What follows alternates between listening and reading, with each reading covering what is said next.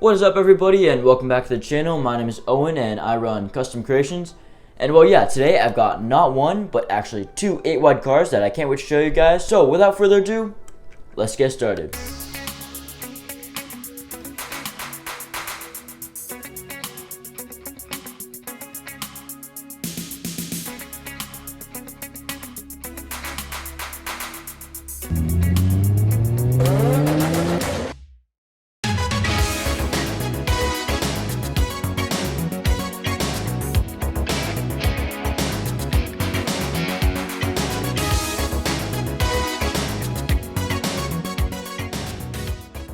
So what I have today is, well, none other than two of the most iconic and most prized cars in, well, the car community, and also two of the probably most overhyped cars to ever exist. I'm of course talking about the R32 and the R33 GT-R.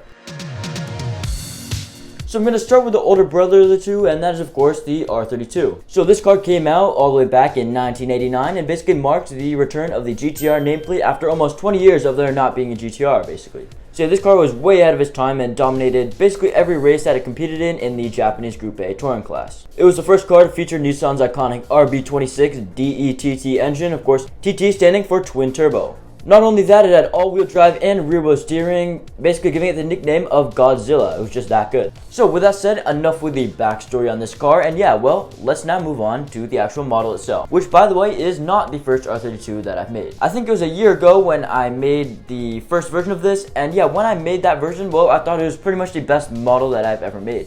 So yeah, I never really thought that I'd be upgrading it, but yeah, well, here we are with a completely redesigned version of the R32. And yeah, when I say completely redesigned, basically everything from the old model has been revamped or basically completely redone. Starting with the rear back here, we've got the four iconic GT-R lights, this time just represented with simple 1x1 round tiles instead of the minifig neck brackets that I used on the old one. And don't get me wrong, the neck brackets was a good solution and it did give the lights probably a more accurate shape, but overall it wasn't exactly the cleanest design and it was also a bit flimsy, so I had to change it up.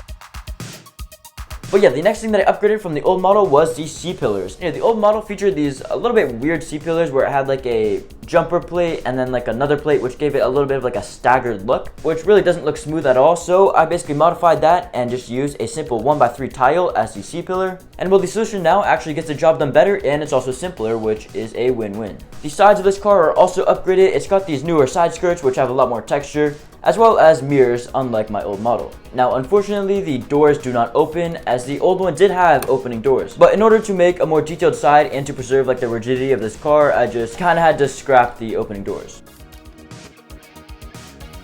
Alright, so the front of this model is probably my favorite part. At a quick glance, it might look a little bit similar to my old model, but it's really completely redesigned. And the whole bottom section is now a lot more realistic. It's got a little front splitter here, as well as bigger side vents. And of course, the iconic GT-R grille is just recreated with a 1x3 panel piece. Alright, so I guess the only part of this car that's the exact same as the old one would probably have to be the hood and engine right here.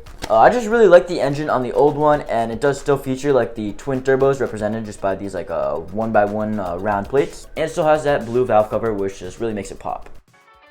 Okay, so with the upgraded R32 all explained, let's move on to the all-new R33 GT-R. So this car was not really something that I was originally planning on designing, as I really only wanted to make the R32 at first.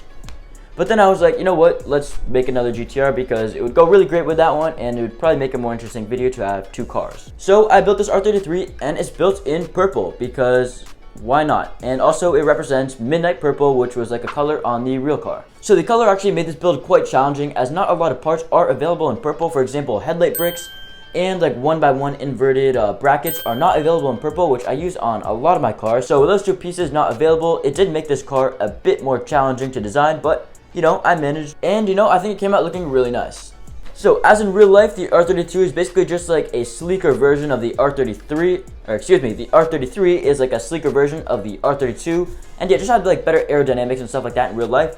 And yeah, I really wanted to recreate that sleekness in Lego. So to capture some of those curvy design cues, well, I basically made these C-pillars. I have a little bit of a curve in them, unlike the R32s, which are just straight lines basically. So the rear is also a little bit more curvy and a little bit thicker. Okay, so that's kind of a weird way to describe it, but yeah, that's basically what it is. Anyways, the rear also features the 4 round lights similar to the R32, and under the lights it's basically got like a 1x2 clear tile, which represents that like clear light that the R33s had beneath the round taillights. Similar to the R32, it actually also has a opening hood. Now this one is probably better than the R32s actually, because it is 6 studs wide instead of 4 studs wide. And as you can see with the engine, it actually has a red valve cover instead of a blue one to basically give it a little bit of contrast between the R32. And it has a aftermarket single turbo instead of like the twin turbos like the R32 has.